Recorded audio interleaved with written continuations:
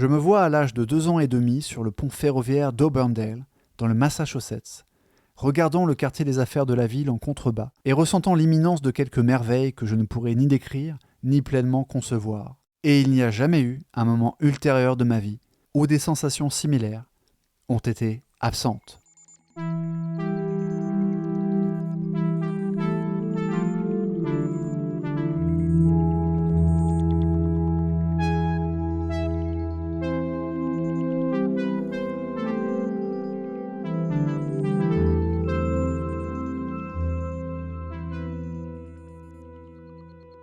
Entités cosmiques ou simples mortels, soyez les bienvenus dans Lovecraft Therapy, l'exploration neurodivergente consacrée à la vie et à l'œuvre de Howard Philip Lovecraft. Saviez-vous que Lovecraft était passionné de météorologie, qu'il envisageait de mettre fin à ses jours à l'âge de 14 ans? Savez-vous ce qui l'a fait renoncer au suicide? Il n'est pas nécessaire de présenter Lovecraft, pourtant le maître de Providence est trop souvent caricaturé. Les médias le résument à son racisme ou spéculent sur son éventuelle homosexualité refoulée. Ce podcast s'adresse donc à 2 types de personnes.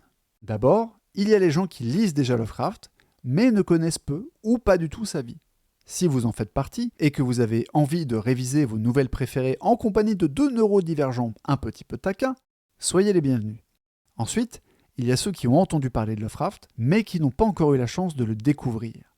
Lovecraft Therapy, c'est l'occasion pour vous de plonger à pieds joints et palmé dans l'abîme du temps pour rencontrer celui qui hante les ténèbres de la littérature depuis le début du XXe siècle. Le principe est simple, avec ma co-host, nous allons lire ou relire l'intégralité des fictions écrites par Lovecraft. Attention, quand je dis lire, vous ne trouverez pas de livre audio caché dans ce podcast.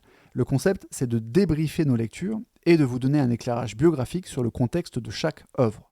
Et histoire de ne pas nous limiter à ce format littéraire, on a prévu des épisodes orthogonaux, par exemple sur certaines maladies mentales, ou sur la linguistique chez Lovecraft. Bref, je n'en dis pas plus pour l'instant, mais on espère que vous retirerez un maximum de valeur de notre exploration. Comme on lit les œuvres dans l'ordre chronologique, le premier épisode sera consacré à la jeunesse de Lovecraft, de sa naissance en 1890 jusqu'à l'écriture de la nouvelle Beast in the Cave en 1905, sa première nouvelle aboutie.